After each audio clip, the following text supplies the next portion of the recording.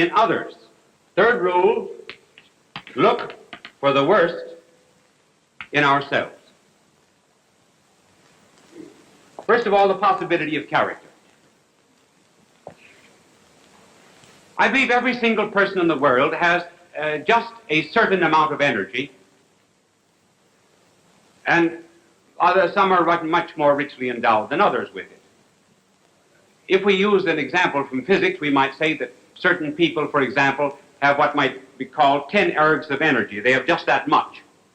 And then others have 20 and others have 50 ergs of energy. The result is that they're able to go in the direction of goodness, and they're able to go in the direction of evil too, with much greater rapidity and energy than others. And this energy, as I say, is not the same in every human being. I think that possibly any sinner is capable of being a great saint. And any saint is also capable of being a great sinner. Now let us give an example here of how this energy works. We say, first of all, some have little energy and they go in the direction, call this goodness. They have 10 units of energy here and they only go in this much, either toward goodness or toward evil. Others have 20 and they go much more, either in the direction of goodness or the direction of evil. So that a person who has a great tendency toward evil can completely change and become very good, particularly with the grace of God. I believe that Lenin, who did so much to establish communism in Russia, just barely missed by a hair's breadth of becoming a St. Francis of Assisi. If he had only gone in the other direction, the direction of goodness, instead of the direction of revolution and hate, he would have been a great saint. And if St. Francis of Assisi had gone in the opposite direction, as he had gone in the direction of virtue, he would have been a Lenin. The secret, therefore, of character development is the realization of this power that there is in each and every one of us, for good and for evil. The monasteries, the religious houses, the places of asceticism throughout the world have in them actual saints, but potential devils. Any one of those persons, because they have so much character, if they ever let themselves go in the direction of pride, lust, or avarice, would become very vicious. And the penitentiaries are filled with individuals who have this great energy. And if someone could only lay hold of it and make them take the high road instead of the low, they would be our saints and our heroes and our great patriots. The point that I want to make is there's nothing wrong with passion and energy and strength, so long as it is properly channeled. Notice that our divine Lord, for example, when he wished to make a great apostle, laid hold of a bigot. Paul was one of the greatest bigots that ever lived. And only he who could ever hate like a Saul could ever love like a Paul. Our blessed Lord never extinguished, for example, the passions of a Magdalene.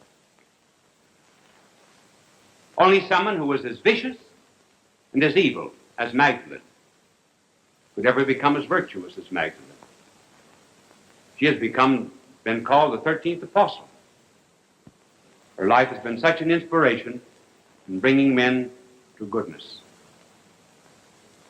Now, though some of us do not have as much energy than others, let us not forget that a person with only 10 units of natural energy can surpass a person with 100 units of natural energy if he calls upon God for an added source of energy, which God will give him on certain conditions. then we can overcome all of the defects of our nature. And that power or energy of God is given freely, gratis. That is why it is called grace. Which brings us now to the rules for character development. One of the first rules of character training is to remember that character is in the will and not in the intellect. The intellect, or the brains, or the mind, is the seat of knowledge. The will is the seat of choices, loves, motives, and responsibilities. Almost all of education today is directed to the communication of knowledge and not to the development of character. It is the mind that is changed, that is trained, rather than the will that is developed. And every decision that we make, every deed that we perform, almost every word that we say, goes into the making of our character, either for good or evil. You remember seeing icicles formed? And a drop would fall upon the tiny little icicle and add to its substance and its quantity, and then more drops. And if the drops that fell were pure, the icicle itself would be pure. If the drops that fell were soiled and dirty, the icicle itself would be dirty. And so it is with character. All of our decisions pour down into its making. And if they're good acts, we turn out to be a good character.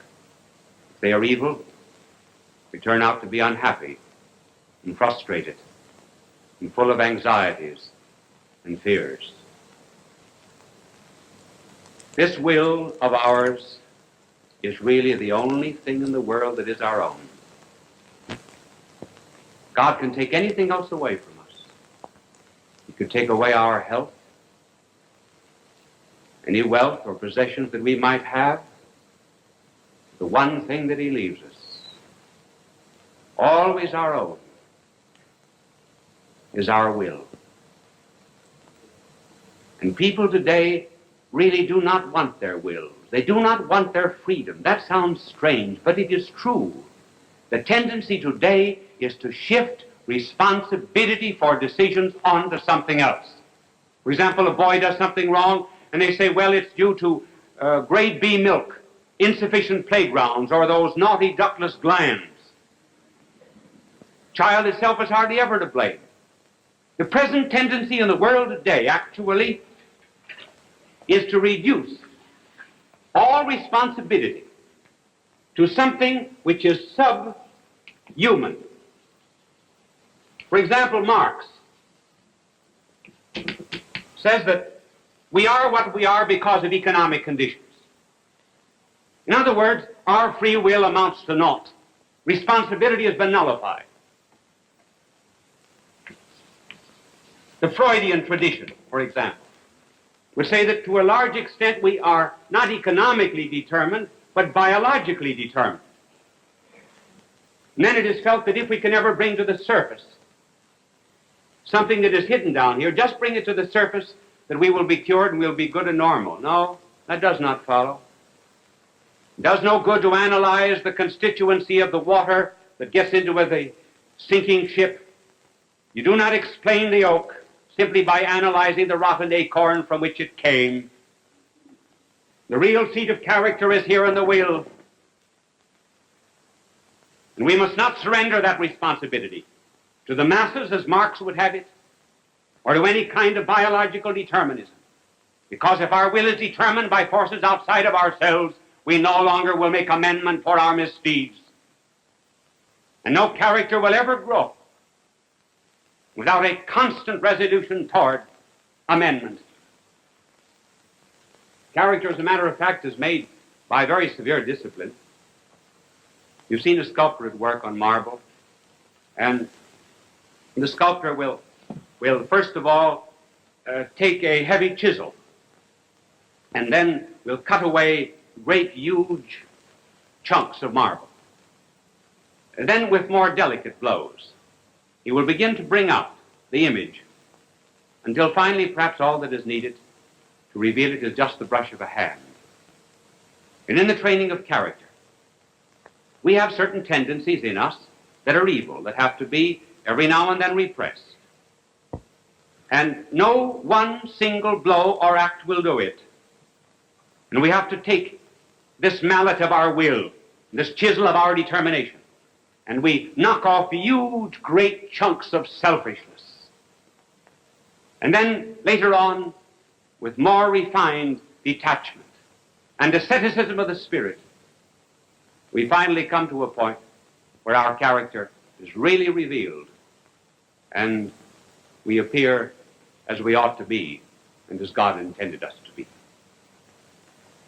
So rule number one, then, is character is in our will. Rule number two, and this applies to character training in others, we must always look for the best that is in others. When people are down because they have sinned, because they have made a mistake, or because life is against them, or because they consider themselves failures, there is nothing that is more important than to give them the helping hand and to be, in their regard, an apostle of encouragement. There is something good in every single person of the world if we would only just lay hold of it. And notice that was what our blessed Lord did when he went to the well, tired and thirsty, one day, and a woman came out at noon to draw water. It was very unusual for a woman to come and draw water at noon. The explanation was she was an evil woman and the other women would not allow her to come with them. Now, what common denominator was there between our divine Lord, who was innocence itself, and this woman who had 5 husbands and was living with someone who was not her husband? There was only one common denominator that was left. There was only one good thing in that character that our blessed Lord could find. And down he went until finally he found it. And that common denominator was a common love of a drink of cold water. Whenever God wishes to do a favor, he very often asks for one. And he asked her for a drink. And then he led her on from the thirst for natural water to the thirst of her own soul. He looked for what was best in her. When we see others, therefore, who are defeated or cast out by others, give them the helping hand. I remember a couple of years ago I was in Boston, and I was eating in the dining room of the Hotel Statler. And at noon I looked up and I saw 2 shoeshine boys that were leaning on a great purple curtain that was at the entrance of the dining room. These boys had on dirty T-shirts and crude shoeshine boxes thrown over their backs. Their hands, of course, were black both with dirt and with shoe polish. And as soon as the head waiter, the Statler, saw them, he says, "Get out of here!" So he chased the boys out. I left the dining room and went out after them. And I engaged them in conversation. And I said to one of them, we will call his name Johnny, though that is not his name. And I said, "Johnny, where do you go to school?" He said, "I go to such and such a school." But he said, "I was thrown out of this particular school." And he mentioned the name of some Catholic school he was thrown out of. And I said, "Why don't you go back?" He said, "They won't take me back." Well, I said, "Will you go back if I get you back?" He said, "You can't get me back. Nobody can get me back." Well, I said, "I can get you back." He said, "Who are you?" Well, I said, "I won't tell you who I am, but you just tell me the name of the sister and I will write to her and get you back." So I wrote to the good sister and I told her something I believe I mentioned on television some weeks ago about the 3 boys that were thrown out of schools, Hitler, Mussolini, and Stalin. And I said, nobody knows who were the valedictorians of those particular classes, but who did not know Hitler, Mussolini, and Stalin? And I'm sure that the educators wish that they could take back those boys again. So why not take back Johnny and give him another chance? I see Johnny every now and then. He's a very, very fine young fellow, and, well, so very good I will not even talk about it now over the air, except to tell you that in all things we look for the best that is in other people. Remember when St. Paul went to the hill of the Areopagus in Athens? Here he was to meet the senators of Greece. And on the way up to this hill, everywhere he passed statues of pagan deities. St. Paul knew that he could never win over those senators with the higher life that he was preaching unless he found some common denominator with them, looked for something that was good in their lives. And when he addressed them, he did not give them an harangue about all of their pagan statues. Rather, he said, "Gentlemen, I perceive that you are religious. For I saw on the streets, your streets, a statue to the unknown God. That God whom you know not is the God whom I preach to you." It was the only thing that St. Paul could find, and yet it was all that he needed. And so, in dealing with other characters, find something that is good, like the poor street cleaner that died, and everyone abused him. He said he was unfaithful to his wife, and he was an alcoholic, and he was dishonest, and everything else. And one man, looking around for a common denominator and for the good things, said, I know all of those things, but he said he did sweep clean around the corners. And there must be in every single life some good little detail like that we can begin with and use it as the stepping stone for character formation. And finally, the last rule. We always look for what is worse than ourselves. We are all failures in one department of life or the other. And how do we know what is worse than ourselves? Well, by looking into our character, into our conscience. We all have one dominant fault.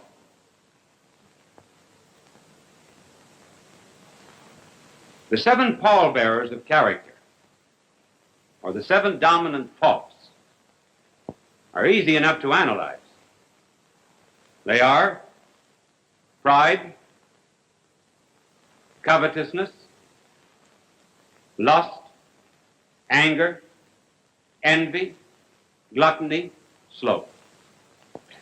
Pride, egotism, selfishness, covetousness, desire of possessing that which belongs to others, inordinate love of flesh, lust, anger, hot-headedness, gluttony, overeating, sloth, laziness, and envy, and jealousy. If we would, after an examination of conscience, lay hold of this dominant fault of ours, we could make that the basis of the strongest part of our character. Sometimes the tooth that is filled is the strongest tooth in the head.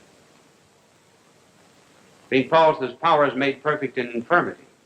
Perhaps I can explain that by telling you that some years ago, 2 boys in Kansas used to run to school every morning. They earned a few extra pennies, it seemed, by lighting the stove. This particular morning, by some mistake or other, gasoline was put into the can instead of kerosene, and the stove exploded, and one of the boys was burned so badly that they were told that he never would walk again. The boy began rubbing his legs, said he would walk again. The doctor said it was impossible. And yet he laid hold of that which was worst in himself, that which even seemed to be impossible, so concentrated upon it, that he perfected himself and he became one of the great milers of America, Glenn Cunningham.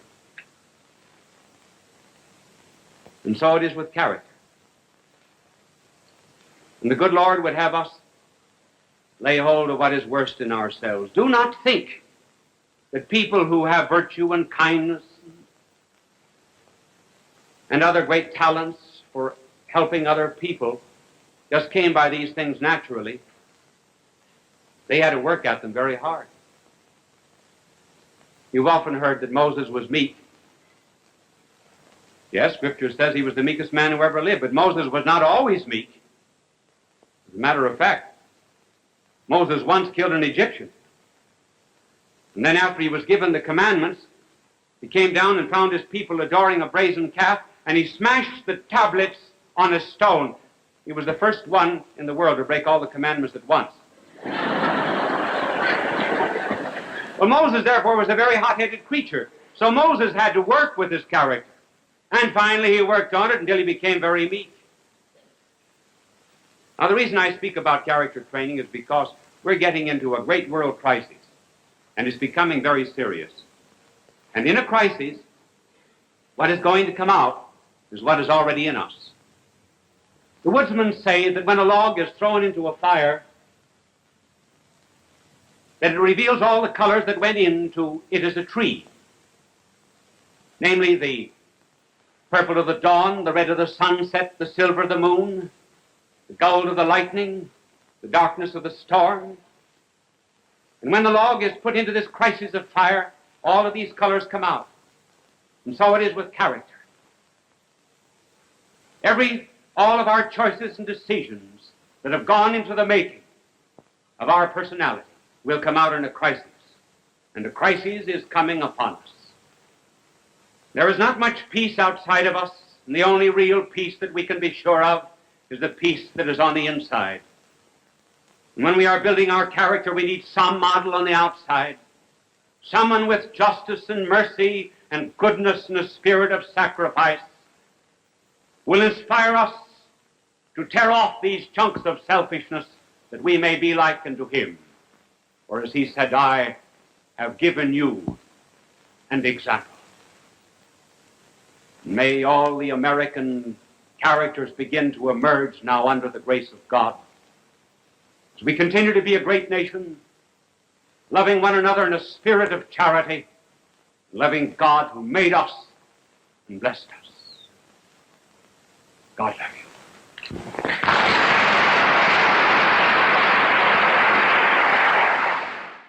People of all faiths recognize Bishop Fulton J.Sheen as one of the greatest communicators of the 20th century. He was born in El Paso, Illinois, in May of 1896. As a young boy, he knew he wanted to be a priest. He served as an altar boy at St. Mary's Cathedral in Peoria, Illinois. At St. Viator College, his education and debating skills taught him the skills he used throughout his life. His unique ability at being natural and at ease in front of any audience was noted early in his ministry. He was ordained in 1919 and went on to become one of the best-known and greatly loved priests in church history. He wrote 96 books and hundreds of articles and columns. He broadcast numerous radio and TV programs. People from all faiths watched him on television because he spoke to every man. They always... without deciding which self one is to be. You see, I've heard many a woman say, I must now put on my face. Did you ever hear that? I heard of one who said, I must now put on my eyes. I must now put on my lips.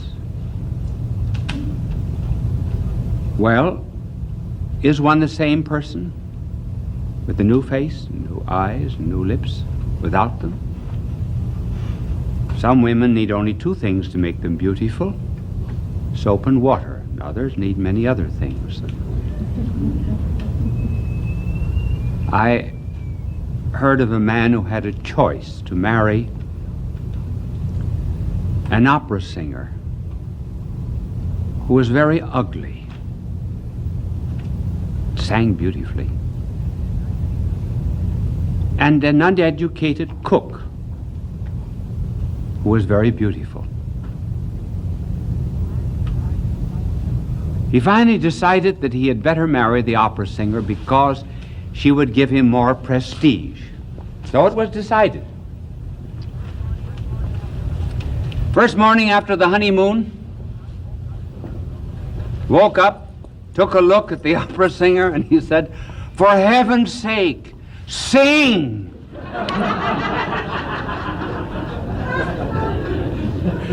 See, he had a problem, too, of the identity crisis. Much has been written about it, particularly by Erickson, and he restricted it to some extent to youth. But it is not a phenomenon that belongs to youth alone, this discovery of self. The young indeed have it because the young people do have a terrible crisis. A young person reaches an age where he wants to be himself. He separates from parents. I want to be an individual, but at the same time that he wants to be an individual, he wants to conform to what everyone else is doing. Wear the same clothes, talk the same language, love the same music. But old people have the crisis, too, of discovering which is self. The difference between the young and the old in an identity crisis is that the old in the identity crisis look back to deny the past and responsibility, and the young look to the future and deny the responsibility of the future. So both of them have trouble. Now I'm going to give you three kinds of, identity crises. The point is, and this is the reason we've chosen this telecast, is one must be careful in seeking identity to discover which self one really is. And I think that today I will ask my angel to leave all the writing on the blackboard, unless I change my mind, so that you can see the three. The first kind of crisis is this, where a person wears the mask but has no face.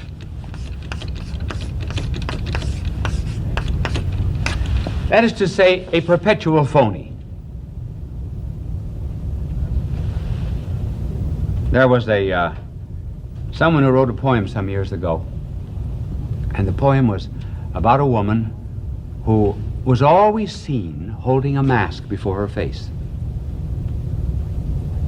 She held it sprightly and gaily. And one day someone pulled away the mask,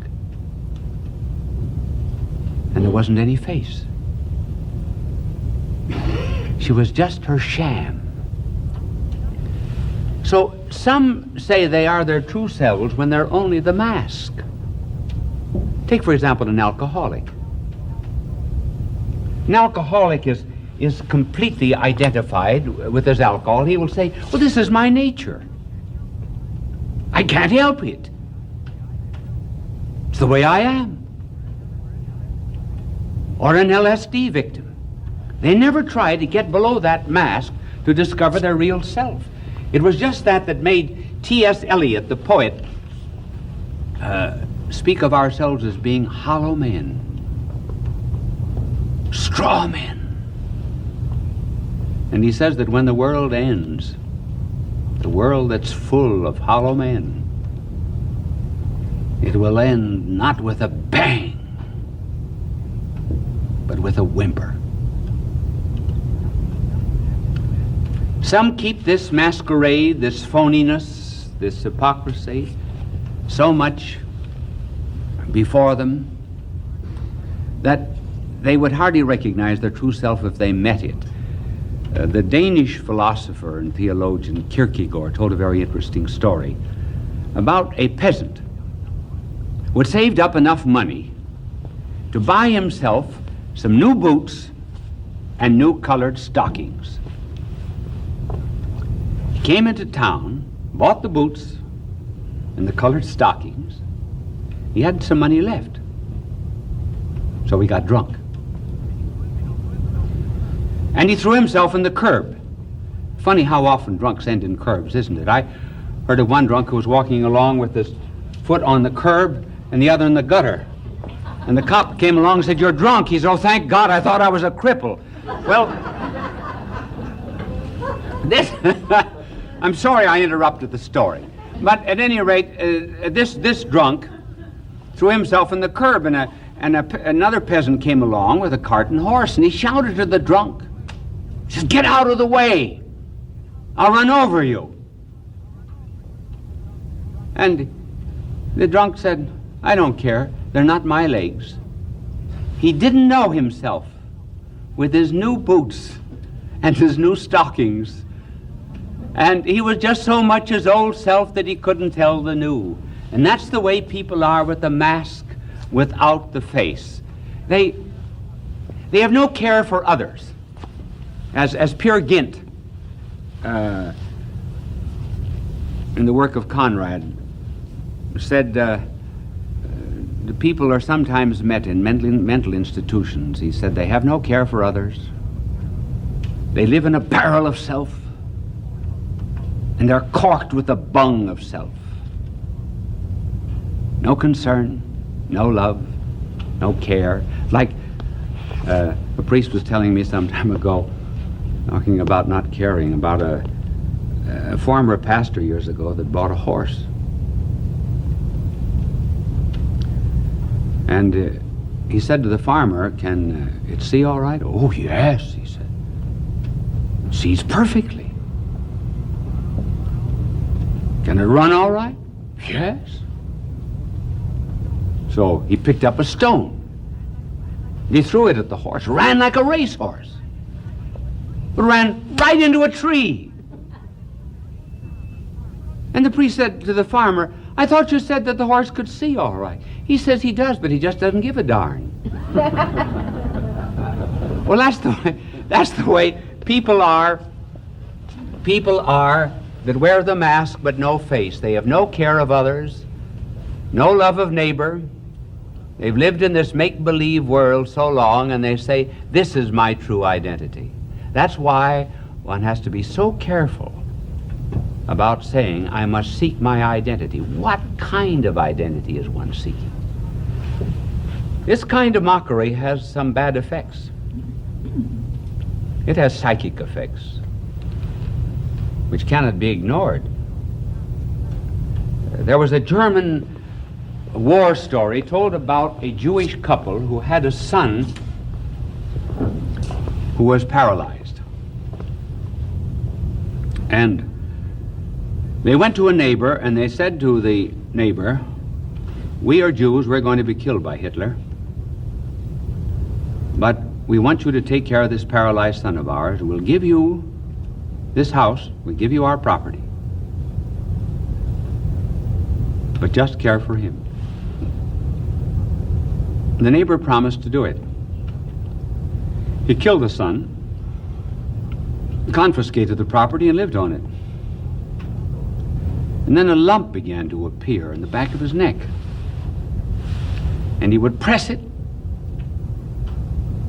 and it would come out on his forehead.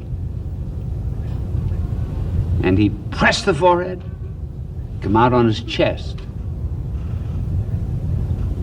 Press it there, it would come out somewhere else. So though people wear the mask, though they have this kind of makeup, they nevertheless are psychologically disordered on the inside until they discover their true self. But there's another step. And the second step is the mask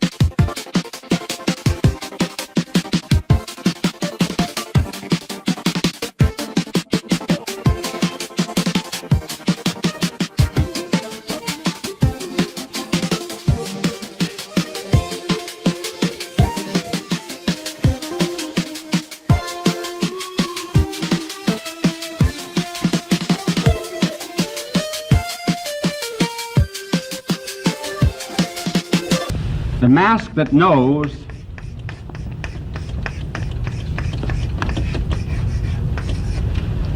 it has a face,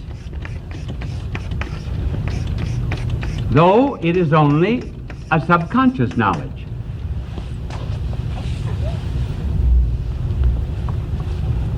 See how good my angel is? He doesn't erase today. Remember other times I could go there and write something and immediately he would clean it. Have you ever been able to figure out why he doesn't erase some days? I'm not telling him. But the angels are much wiser than men. And they're much wiser than anyone on a television show, too.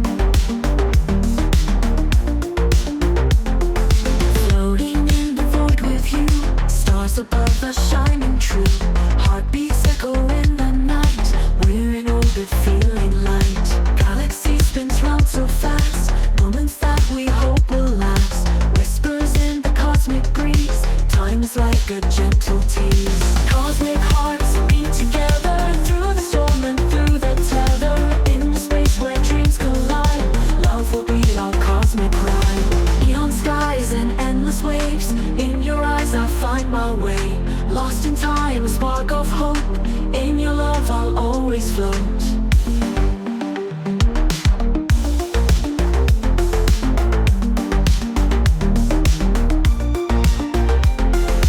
Shimmering lights dance on high. In your arms I touch the sky. Electrified by your touch. Forever never feels too much. Cosmic hearts beat together through the storm and through the tether. In the space where dreams collide, love will be a cosmic ride. Cosmic hearts beat together through the storm and through the tether. In the space where dreams collide, love will be a cosmic ride. Cosmic hearts beat together through the storm and through the tether. In the space where dreams collide, love will be our cosmic ride. Neon skies and endless waves. In your eyes I find my way. Lost in time, a spark of hope. In your love, my home I find.